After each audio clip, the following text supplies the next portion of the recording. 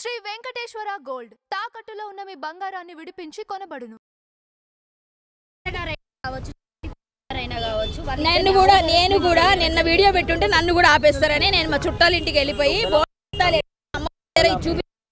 మేము బోనం ఎత్తాలనే ఉద్దేశంతోనే ఈ రోజు నేను సమయానికి వచ్చా. బోనం ఎత్తాలి, ఎత్తుతాము, బోనం తీసుకొని వెళ్తాము. అందుకనే 300 మంది బోనాలు తీసుకొని రావడానికి రెడీగా రెడీగా ఉన్నాయి అన్ని. కానీ మనం ఏం చేయగలమమ్మా? ఇక్కడ రజాకార్ ప్రభుత్వం నడుస్తుంది. రజాకార్లు అందరూ కూడా మనల్ని ఏ విధంగా ఆపాలి, అప్పట్లో ఎలా ఆపారు కానీ ఇప్పుడైతే మమ్మల్ని ఆపడానికి ప్రయత్నం చేస్తున్నారు. ఇప్పుడు అంటే హిందూ పరిషత్ అయినా కావచ్చు, మీరు ఇంత సపోర్ట్ చేస్తున్నటువంటి మహిళలందరూ వస్తున్నారు అంటే ఖచ్చితంగా అమ్మవారిని ప్రతిష్టాపన మళ్ళీ చేస్తారా? ఖచ్చితంగా జరిగే వరకు పోరాడతాం. పునఃప్రతిష్ఠ జరగాలి. అమ్మవారిని శాస్త్రోక్తంగా మళ్ళీ తీసుకొచ్చి ప్రతిష్ఠ చేయాలి. అమ్మవారికి అక్కడ యథాస్థానం ఇవ్వాలి. లేకపోతే ఏమైనా సరే వదిలేదే లేదు. కాంగ్రెస్ ప్రభుత్వాన్ని ఏ విధంగా చూస్తున్నారు? ఇట్లాంటి చర్య రజాకార్ ప్రభుత్వం అంటే నేను రజాకార్ ప్రభుత్వం ఇది ఖచ్చితంగా సిగ్గు శరం ఉంటే నేను మొన్న కూడా చెప్పా, దర్గాలు తీయండి, చర్చిలు తీయండి, గవర్నమెంట్ ప్లేసులు ఎన్ని ఉన్నాయి నేను చూపిస్తా. నేనే చూపిస్తా. బోల్డ్ అని నా వెనక రండి. ఇప్పుడు వెళ్దాం పదండి. నేను దర్గాలు చర్చిలు చూపిస్తా. అవన్నీ ఎందుకు మీరు తీయట్లేదు? అవి ఎందుకు తీయరు? ఏం మా హిందువులు అంటే అంత ఈజీగా ఉంది. ఏదైనా జరిగినా పర్వాలేదు. హిందువులందరూ కూడా ఏమి చేతకానోళ్ళు. అవునండి, బోనం నేను కూడా బోనం తీసుకుని వచ్చాము. ఇది అసలు ఎక్కడ ఉన్నామండి? మనం నాకు అర్థం కావట్లేదు. మనం అసలు హైదరాబాద్ లో ఉన్నామా అంటే అప్పటి నుంచి రజాకార్ ప్రభుత్వం గురించి మనకు తెలుసు. మళ్ళీ అదే చెప్పాలి. ఇది మళ్ళీ రజాకార్ల ప్రభుత్వమే మళ్ళీ నడుస్తుంది.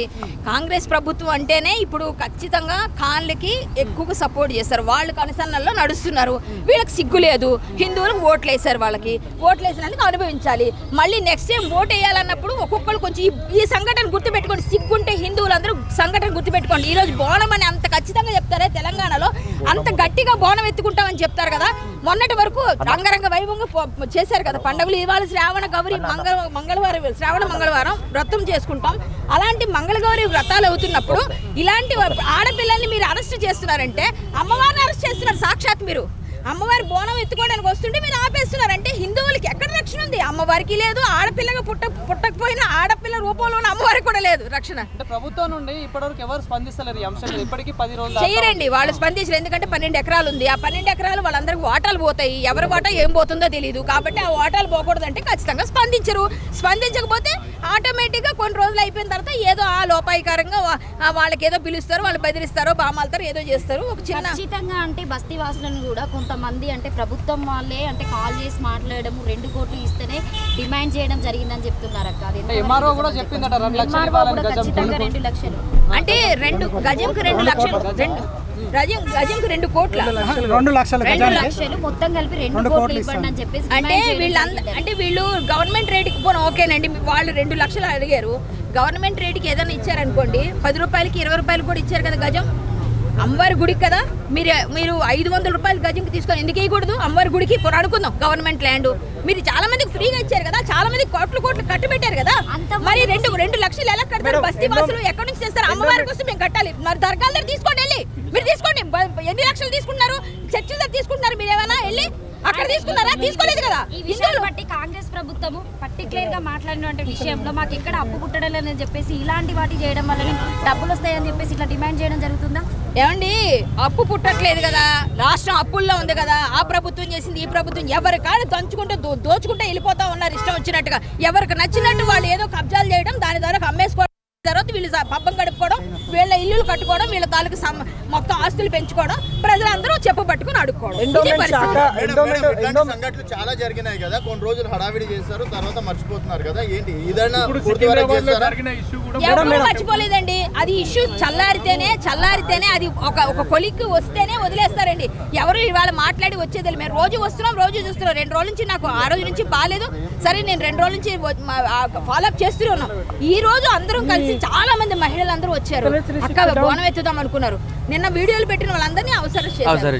నేను వీడియో పెట్టలేదు. నన్ను అడిగారు, నేను పెట్టనని చెప్పా. ఎందుకో తెలుసు, నాకు తెలుసు ఇలాంటివి చాలా జరుగుతాయి. ప్రివెంటివ్ అరెస్టులు చేస్తారు. ఇప్పుడు బోనం ఎత్తుకున్న ఆడపిల్లలు అరెస్ట్ చేస్తారంటే మీ ప్రభుత్వం సిగ్గు మీ ప్రభుత్వానికి. బోనం ఎత్తుకెళ్ళిపోతే అంటే మీరు ఏం మాట్లాడుతున్నారు అర్థం కాదు. ఇప్పుడు అక్కడికి తీసుకెళ్తే ఎలా క్లియర్ అవుతుందండి? క్లియర్ అవ్వదు. కానీ మా అమ్మవారికి మేము బోనం సమర్పించుకుని అమ్మవారికి మొర పెట్టుకుంటామని మేము ఆమెకి బోనం ఇస్తాం. మా ఇష్యూ క్లియర్ చేసుకోవడానికి ఆమెను మొక్కుకుంటాం. మేము అడుగుతాం. మా తల్లిని మేము కాపాడుకోవడానికి ఆవిడని మేము కాపాడుకోవాల్సిన పరిస్థితి వచ్చింది. ఈ రోజు తల్లి మనల్ని కాపాడుతుంది, కానీ ఆ తల్లి ఎక్కడుందంటే ఏదో వేరే గుళ్ళో పెట్టారు. ఎండోమెంట్ శాఖ మంత్రివారు కొండా సురేఖ గారు కూడా ఉన్నారు. ఆమెకి ఏం చెప్తారు? ఆమెకి ఇంతవరకు కూడా అమ్మా కొండా సురేఖ గారు, మీరు ఆడపిల్లగా పుట్టారు.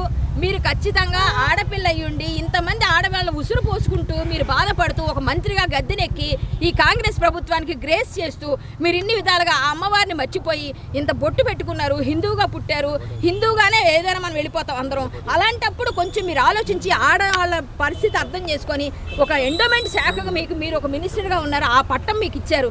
ఆ పట్టం మీ చేతిలో ఉన్నప్పుడు ఆ పట్ట కట్టుకున్న మీరు వెంటనే గుడి కోసం స్పందించి ఇమ్మీడియట్గా చెయ్యకపోతే నెక్స్ట్ టైం ఇప్పుడు ఎవరెవరు మినిస్టర్లుగా ఉన్నారు అందరూ ఓడిపోకపోతే అమ్మవారి మీద ఒట్టండి. ఇది వాళ్ళు చెప్తున్నాను నేను. అమ్మవారి మీద ఒట్టు. ఖచ్చితంగా అమ్మ చూసుకుంటుంది మీ అందరినీ. కాంగ్రెస్ ప్రభుత్వం ఎలాగూ రాదు. నేను డైరెక్ట్ చెప్తున్నా, ఖచ్చితంగా రాదు.